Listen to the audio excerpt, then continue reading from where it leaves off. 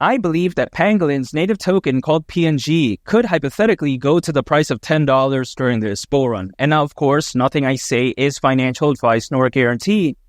But when I say $10, oftentimes these Pangolin fans, they like to say that, wow, that seems so bearish. That's such a bad case scenario. But I disagree because, first of all, $10, that's still over 35x from here.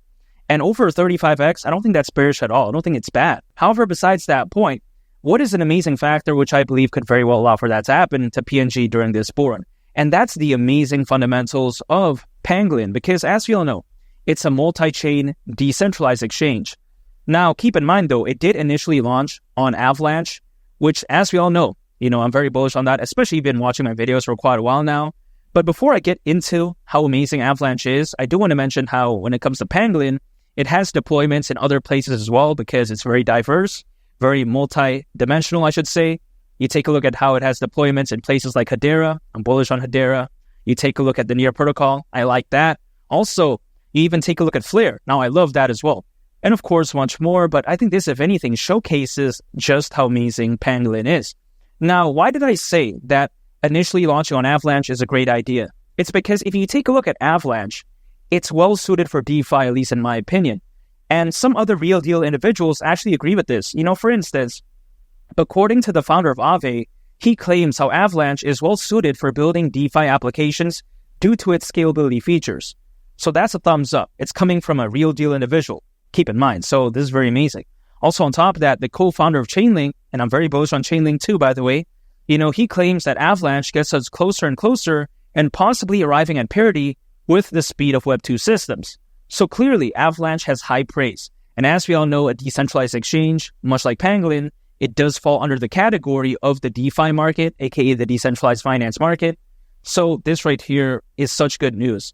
And let's not forget, when it comes to Avalanche, it's currently top 10 in the world in terms of total value locked on DeFi, according to DeFi Llama. So yeah, when it comes to Pangolin, they really chose the right place initially. I mean, come on, this is how amazing they are.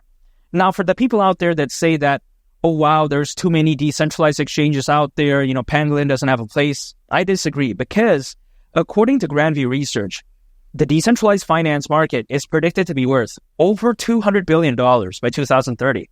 This is no small amount. Some countries don't even have a GDP of that much. So this is ridiculous. In a good way, of course.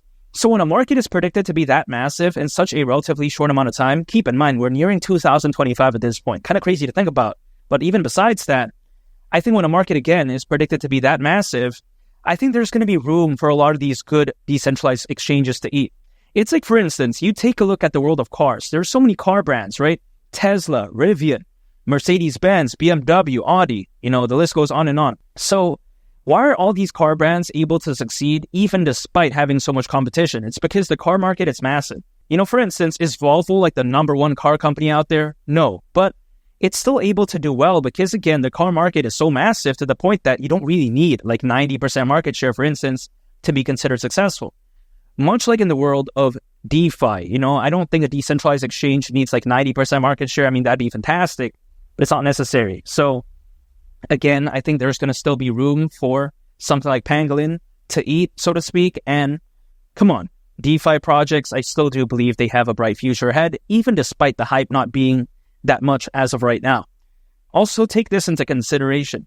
When it comes to Pangolin, people oftentimes like to say that, oh wow, it's native token called PNG at the price of $10.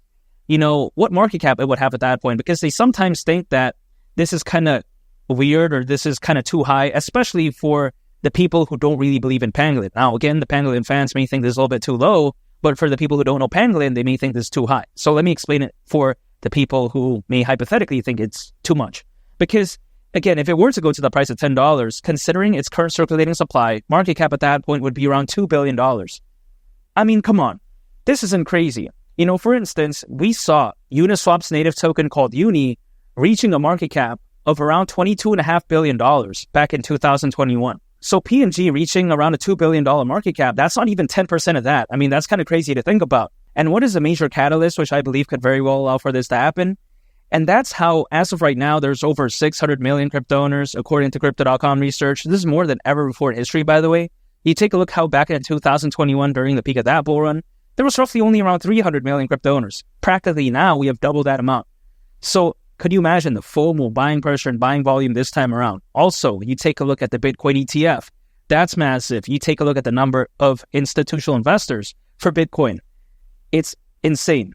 So you take a look at how all of these amazing factors, is this altcoin season going to be bad? No, I don't think so, because I think with all those fantastic A-plus factors, Bitcoin could hypothetically go to the price of $150,000 during this bull run. I'd be so surprised if it doesn't do that.